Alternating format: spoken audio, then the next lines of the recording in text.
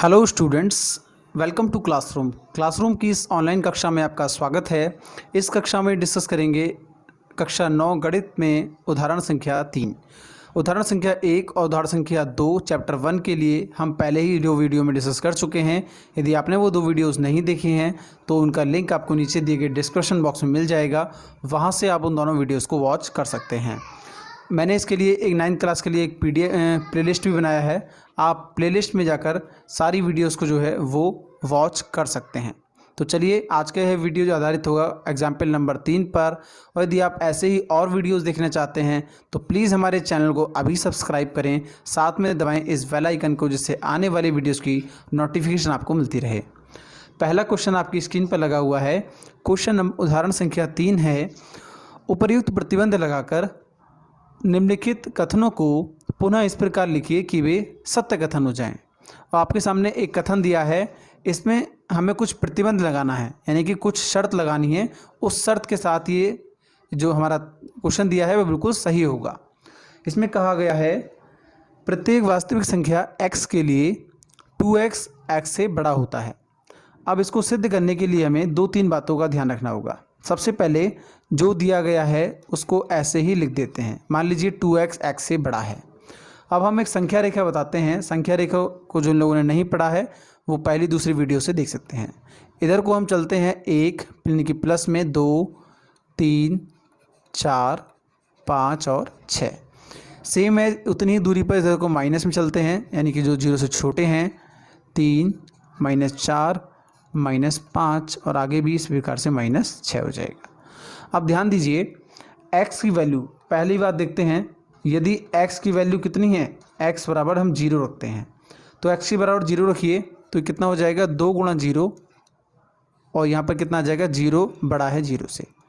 तो क्या ये बात सत्य है या असत्य है? 0 0 से बड़ा होता है तो हम कहेंगे 0 0 से बड़ा नहीं होता है, अतः यह क्या है, असत्य है। हमें यहाँ पर बात समझ में आ गई है कि x बराबर 0 के लिए कथन सही नहीं होगा। ठीक है, आगे देखते हैं हम दूसरा। यदि x की वैल्यू हमें 1 रखनी हो, ठीक है, यदि x की वैल्यू हमें -1 रखनी हो, चलो -1 रखते हैं आपके, तो ये आपको हो जाएगा 2 × -1 और ग्रेटर देन -1। तो कितना हो जाएगा -2 इज़ ग्रेटर देन -1। तो क्या -2 -1 से बड़ा होता है? बिल्कुल नहीं, ये भी आपका क्या हो जाएगा, एक असत्य कथन हो जाएगा। ठीक है, -2 -1 से बड़ा नहीं होता है। तो ये हमें पता चल गया कि जितनी भी वैल्यूज़ हैं आपकी, यानी कि 0 से जो छोटी वैल्यूज़ हैं उनके मान्य ये कथन सही नहीं है। अब हम रख के देखते हैं आपका तीसरे नंबर पर x की मान 1 रख के देखते हैं। x का मान जब 1 रखेंगे तो 2 गुणा 1, यानी कि x की जगह 1 रखा और ये ग्रेटर होगा आपका 1 से। ठीक है, आगे देखते हैं 2 एकम 2 हो जाएगा और ये आपका किससे बड़ा होगा, 1 से बड़ा होगा। तो 2 जो है वो आपका 1 से बड़ा होता है। जी हाँ, ये बात सत्य है। सेम एज यहाँ पर चौथे बार करके देख देते हैं। x बराबर 2 की यदि हम रखेंगे तो क्या हो जाएगा आपका 2 गुणा 2 और ये 2 से बड़ा होता है, 4 बड़ा है 2 से। तो ये बात बिल्कुल सही है, 4 2 से बड़ा है। अतः हमने देखा कि जो 0 से बड़ी वैल्यूज़ हैं, यानी कि ये जो वैल्यूज़ हैं, इन सब के लिए हमारा कथन क्या है, सत्य है। ठीक है, बाकी इधर वाली वैल्यूज़ के लिए हमारा कथन क्या है, वो असत्य है। तो हम क्या लिख सकते हैं कि यदि ये सब जब सही होगा जबकि आपकी x की वैल्यू क्या होगी, 0 से बड़ी होगी, यानी कि x का मान जो है यदि वो 0 से बड़ा है तब आपका 2x बराबर क्या, 2x x से बड़ा होगा। मुझे उम्मीद है आप सभी को ये चीज़ समझ में आई होगी। साथ साथ में आप इसके नोट्स बनाते हुए चलिए, अपनी नोटबुक में नोट करते हुए चलें। अगला क्वेश्चन देखते हैं, इसी का ही है क्वेश्चन नंबर 2। प्रत्येक वास्तविक संख्या x के लिए x² is greater than equal to x, यानी कि x² जो है वो या तो x के बराबर होगा या फिर आपका x से बड़ा होगा। ठीक है, तो बस सिंपल सा है, एक संख्या रेखा काटेंगे, -1 -2 -3 -4। ठीक है, आगे देखते हैं, इधर को काटेंगे, सॉरी इधर को प्लस में चलते हैं, सब प्लस में है, इधर को आपका माइनस में लिखते हैं, -1 -2 -3 -4 और -5। अब देखिए आपका सिंपल सा है, हमने लिख लिया आपका x² इज़ ग्रेटर देन बराबर है x के। तो यदि आपका x की संख्या क्या है, x बराबर यदि 0 है फिर क्या हो जाएगा, जीरो बड़ा है किसके, जीरो के। तो इसमें से जीरो बड़ा तो नहीं है लेकिन बराबर तो है, तो ये कंडीशन आपकी सही होती है। ठीक है।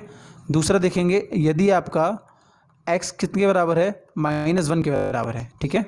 तो ये कितना हो जाएगा, -1 का स्क्वायर और किससे बड़ा है, 1 से। ठीक है। तो ये कितना हो जाएगा, -1 का स्क्वायर कितना होता है आपका, +1। ध्यान दीजिएगा, -1 का स्क्वायर +1 होता है और ग्रेटर हो जाएगा 1 से। तो क्या ये बात सत्य है, ये बड़ा तो नहीं है लेकिन बराबर तो है, तो ये भी सही हो जाएगा। तीसरा देखेंगे आप, यदि x बराबर देखेंगे 1 रखकर, यानी कि प्लस का 1 रखकर, तो क्या हो जाएगा आपका, यानी कि 1 का स्क्वायर और बड़ा हो जाएगा आपका x से। ठीक है।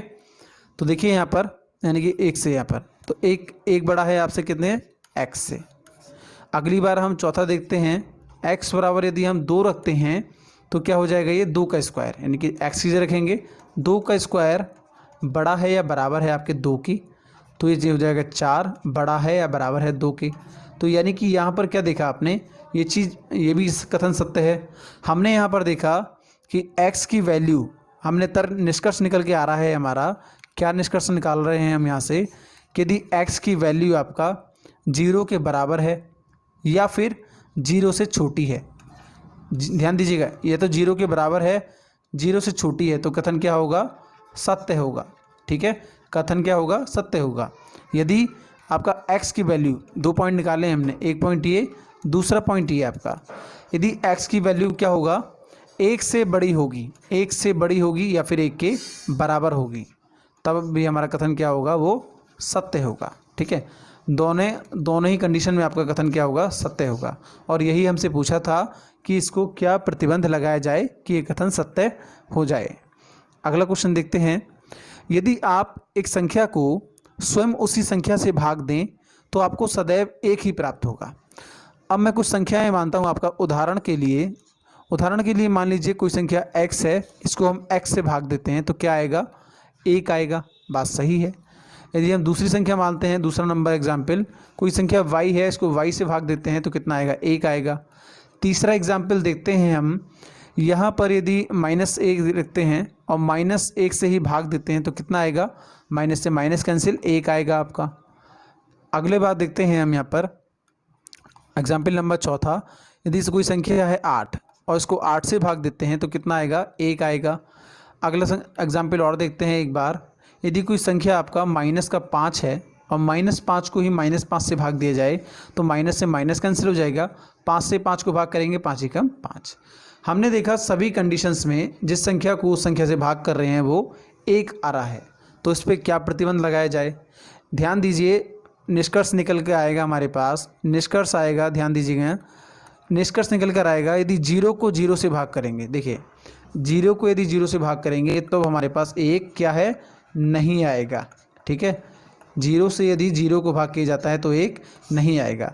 अतः हम लिख सकते हैं कि 0 के अतिरिक्त, यानी कि 0 के अलावा यदि हम किसी संख्या को उसी संख्या से भाग देते हैं तो क्या होगा, उसका मान 1 आएगा हमारे पास।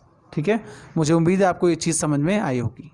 अगला क्वेश्चन देखते हैं, वृत्त के एक बिंदु पर उसकी जीवा द्वारा आंतरिक कोण 90 अंश का होता है।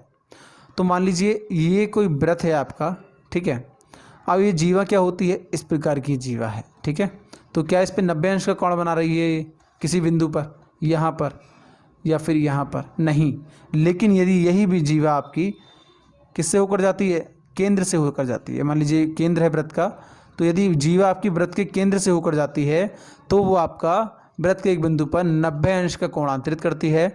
अतः हम कह सकते हैं कि वृत्त के व्यास को छोड़कर, ठीक है, वृत्त के व्यास, ध्यान दीजिएगा, वृत्त का व्यास क्या है, 90 अंश का कोण आंतरित करता है। वृत्त का व्यास क्या है, वृत्त के एक बिंदु पर 90 अंश का कोण आंतरित करता है। अगला क्वेश्चन देखेंगे, यदि एक चतुर्भुज की सभी भुजाएं बराबर हों तो वह एक वर्ग होता है, ये इनका कहना है। अब हमें इसमें कुछ प्रतिबंध लगाना है। मान लीजिए कोई से हमारा चतुर्भुज दे रखा है इस प्रकार से, कोई भी चतुर्भुज है, ठीक है, कोई भी चतुर्भुज है, ABCD इसको नाम दे दिया, ABCD। ये कह रहे हैं क्या होगा, एक वर्ग होगा ये, यानी कि वर्ग की चारों भुजाएं क्या होती हैं, बराबर होती हैं, और इसको भी हमने नाम दे दिया ABCD। तो मुझे एक बार बताइए, समचतुर्भुज और आपका वर्ग में क्या क्या अंतर होता है? चार भुजाएं समान होती हैं, ठीक है, चार भुजाएं क्या होती हैं? समान होती हैं। आगे आपका इसमें भी चार भुजाएं समान होती हैं, सेम एज है, चार भुजाएं इसमें भी समान होती हैं। लेकिन इसमें आपका जो आंतरिक कोण होते हैं, यानी कि जो आंतरिक कोण ये वाले होते हैं, ये कोण जो होते हैं, ये कोण इसमें आपका अलग अलग हो सकते हैं, ठीक है। आंतरिक कोण क्या है? वो डिफरेंट होते हैं, यानी कि अलग अलग होते हैं, ठीक है। और इसमें क्या है आपका वर्ग में आंतरिक कोण जो है वो समान होते हैं, ठीक है। आंतरिक कोण क्या है? समान होने चाहिए, तब आपका एक वर्ग होगा। तो हम ये कह सकते हैं कि यदि भुजाओं के साथ साथ चतुर्भुज की भुजाओं के साथ साथ यदि आंतरिक कोण भी समान हैं, तब एक समचतुर्भुज हमेशा एक वर्ग होता है। मुझे उम्मीद है ये चीज़ आपको समझ में आई होगी। कुछ भी यदि आपको नहीं समझ में आता है तो आप मुझे नीचे कमेंट बॉक्स में कमेंट कर सकते हैं, और इसका PDF पाने के लिए आप हमारे टेलीग्राम चैनल को डाउनलोड कर सकते हैं, ज्वाइन कर सकते हैं। टेलीग्राम चैनल का लिंक भी आपको नीचे डिस्क्रिप्शन बॉक्स में मिल जाएगा। आज के इस सभी वर्क को आप अपनी नोटबुक में नोट करेंगे और मेरे साथ साथ नोट्स बनाते हुए चलेंगे। ड्यू टू कोविड-19 आपकी क्लासेस अभी ऑफ चल रही हैं स्कूल की, तो आपको ऑनलाइन ही पढ़ना होगा। Thank you for watching this video.